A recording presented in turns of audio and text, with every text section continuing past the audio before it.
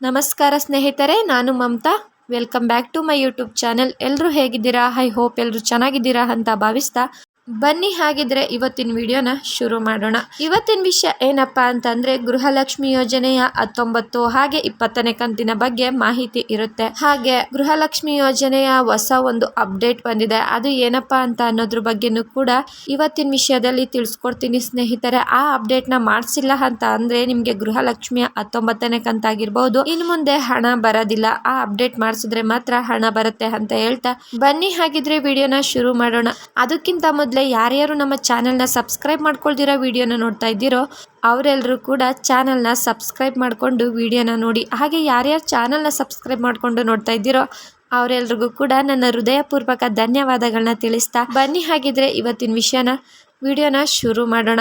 ಇವತ್ತಿನ ವಿಷಯ ಏನಪ್ಪಾ ಅಂತಂದ್ರೆ ಗೃಹಲಕ್ಷ್ಮಿ ಯೋಜನೆಯ 19 ಹಾಗೆ 20ನೇ ಕಂತಿನ ಹಣ ಸಾಕಷ್ಟು ಜನರಿಗೆ ಬಿಡುಗಡೆ ಆಗಿಲ್ಲ. ಇದು ಯಾಕಪ್ಪ ಅಂತ ಅಂದ್ರೆ 18ನೇ ಕಂತಿನ ಹಣನೇ ಇನ್ನು 2% ಜನರಿಗೆ ಬಿಡುಗಡೆ ಆಗ್ಬೇಕಾಗಿತ್ತಂತೆ. ಆ ಹಣ ಎಲ್ರಿಗೂ ಕೂಡ ಬಿಡುಗಡೆಯಾದ ನಂತರ 19ನೇ ಕಂತಿನ ಹಣವನ್ನು ಬಿಡುಗಡೆ ಮಾಡ್ತೀವಿ ಎಂದು ಹೇಳಿದ್ರು. ಹಾಗೆ 15-20 ಸಾವಿರ ಜನರಿಗೂ ಕೂಡ ಬಿಡುಗಡೆ ಆಗಿ ಇನ್ನುಳಿದ ಗೃಹಲಕ್ಷ್ಮಿ ಯೋಜನೆಯಡಿಯಲ್ಲಿರುವ ಜನರಿಗೆ ಹಣ ಜಮೆ ಆಗಿಲ್ಲ ಎಂದು ಸಾಕಷ್ಟು ಕಡೆ ಸುದ್ದಿ ಹರಿದಾಡ್ತಿದೆ. ಹೌದು, ಇದು ನಿಜ.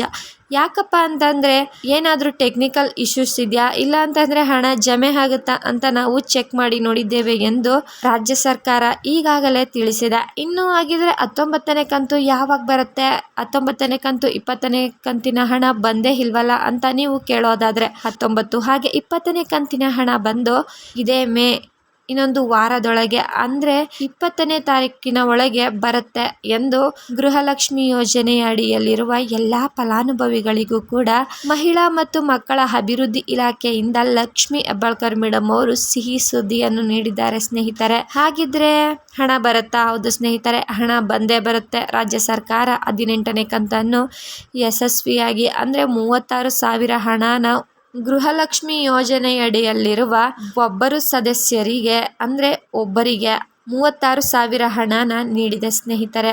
ಹೀಗಿರುವಾಗ ಗೃಹಲಕ್ಷ್ಮಿ ಯೋಜನೆ ಯಾವುದೇ ಕಾರಣಕ್ಕೂ ರದ್ದಾಗುವುದಿಲ್ಲ. ಇದು ಮಹಿಳಾ ಸಬಲೀಕರಣಕ್ಕೋಸ್ಕರ ಜಾರಿಗೆ ತಂದಿರುವ ಯೋಜನೆಯಾಗಿದೆ ಸ್ನೇಹಿತರೆ. ಈಗ 19ನೇ ಕಂತು ಅಂದ್ರೆ 18ನೇ ಕಂತಿನ ಹಣ ಯಶಸ್ವಿಯಾಗಿ ಬಿಡುಗಡೆ ಆಗಿ ಈಗಾಗಲೇ 19ನೇ ಕಂತಿನ ಹಣ ಕರೆಕ್ಟಾಗಿ ಬಿಡುಗಡೆ ಆಗದ ಕಾರಣ ಈ ರೀತಿ ಜನ ಆಕ್ರೋಶವನ್ನು ವ್ಯಕ್ತಪಡಿಸುತ್ತಿದ್ದಾರೆ. ಅದು ಏನಪ್ಪಾ ಅಂತ ಅಂದ್ರೆ ಈಗಾಗಲೇ ಜಾರಿಗೆ ತಂದಿರುವ ಶಕ್ತಿ ಯೋಜನೆ ನಮ್ಗೆ ಯಾರಿಗೂ ಬೇಡವೇ ಬೇಡ. ಎಷ್ಟೋ ಜನ ಬಾಗ್ಲಲ್ಲಿ ನಿಂತ್ಕೊಂಡು ಪ್ರಯಾಣಿಸುವ ಸ್ಥಿತಿ ಬಂದ್ಬಿಟ್ಟಿದೆ. ನಮಗೆ ಶಕ್ತಿ ಯೋಜನೆನ ಕ್ಯಾನ್ಸಲ್ ಮಾಡಿಬಿಟ್ರು ಪರವಾಗಿಲ್ಲ, ನಮಗೆ ಗೃಹಲಕ್ಷ್ಮಿ ಯೋಜನೆಯ ಹಣ ಸರಿಯಾಗಿ ತಿಂಗಳು ಕರೆಕ್ಟಾಗಿ ಹಣ ಬಂದ್ಬಿಡಬೇಕು, ಈ ರೀತಿ ಮಾಡಿ ದಯವಿಟ್ಟು ಅಂತ ಅಂದ್ಬಿಟ್ಟು ಸರ್ಕಾರಕ್ಕೆ ಮನವಿಯನ್ನು ಸಲ್ಲಿಸ್ತಿದ್ದಾರೆ ಗೃಹಲಕ್ಷ್ಮಿ ಯೋಜನೆಯಡಿಯಲ್ಲಿರುವ ಫಲಾನುಭವಿಗಳು ಎಂದೇ ಹೇಳಬಹುದು.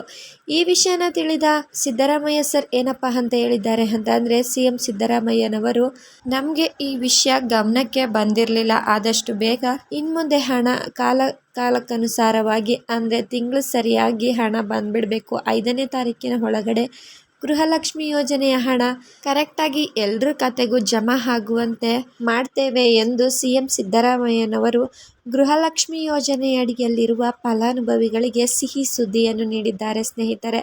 ಹಾಗೆ ಆಧಾರ್ ಕಾರ್ಡ್ ಅಪ್ಡೇಟ್ ಬಂದ್ಬಿಟ್ಟು ಈಗ ಕಳೆದ 10 ವರ್ಷಗಳಿಂದ ಯಾರ್ಯಾರು ಆಧಾರ್ ಕಾರ್ಡ್ನ ಅಪ್ಡೇಟ್ ಮಾಡಿಸಿಲ್ವೋ ಅವರೆಲ್ಲರೂ ಕೂಡ ದಯವಿಟ್ಟು ಆಧಾರ್ ಕಾರ್ಡ್ನ ಅಪ್ಡೇಟ್ ಮಾಡಿಸಿ. ಈಗ ಜೂನ್ 14ನೇ ತಾರೀಕಿನೊಳಗಡೆ ಆಧಾರ್ ಕಾರ್ಡ್ನ ಅಪ್ಡೇಟ್ ಮಾಡಿಸ್ಬೇಕು, ಇಲ್ಲ ಅಂತಂದ್ರೆ ಗೃಹಲಕ್ಷ್ಮಿ ಯೋಜನೆಯ 19ನೇ ಕಂತಿನ ಹಣ ಬರುವುದಿಲ್ಲ ಎಂದು ತಿಳಿಸಬಹುದು. ಯಾಕಪ್ಪ ಅಂತಂದ್ರೆ ಈಗ 18ನೇ ಕಂತು ನಾವು ಯಶಸ್ವಿಯಾಗಿ ಹಣನ ತಗೊಂಡಿದ್ದೇವೆ, ಇನ್ನು ಮುಂದೆ 19ನೇ ಕಂತಿನ ಹಣನು ಹಾಗೆ ತಗೋತೀವಿ ಅಂತ ಯಾರು ಕೂಡ ಅನ್ಕೊಳ್ಳೋದಕ್ಕೆ ಹೋಗಬೇಡಿ. ಇದು ರಾಜ್ಯ ಸರ್ಕಾರ ಜಾರಿಗೆ ತಂದಿರುವ ನಿಯಮವಾಗಿದೆ, ಇದನ್ನು ಪಾಲಿಸಲೇಬೇಕು. ಎಲ್ಲರೂ ಕೂಡ ಆಧಾರ್ ಕಾರ್ಡ್ ಅಪ್ಡೇಟ್ನ ಮಾಡಿಸಿ ಅಂತ ಹೇಳ್ತಾ ಈ ವಿಡಿಯೋನ ಇಲ್ಲಿಗೆ ಎಂಡ್ ಮಾಡ್ತಾ ಇದ್ದೀವಿ. ಈ ವಿಡಿಯೋ ನಿಮ್ಗೆ ಇಷ್ಟ ಆಗಿದ್ರೆ ವಿಡಿಯೋಗೊಂದು ಲೈಕ್ ಮಾಡಿ, ಶೇರ್ ಮಾಡಿ, ಸಬ್ಸ್ಕ್ರೈಬ್ ಮಾಡಿ ಸ್ನೇಹಿತರೆ. ಮುಂದಿನ ವಿಡಿಯೋದಲ್ಲಿ ಭೇಟಿಯಾಗೋಣ. ಧನ್ಯವಾದಗಳು.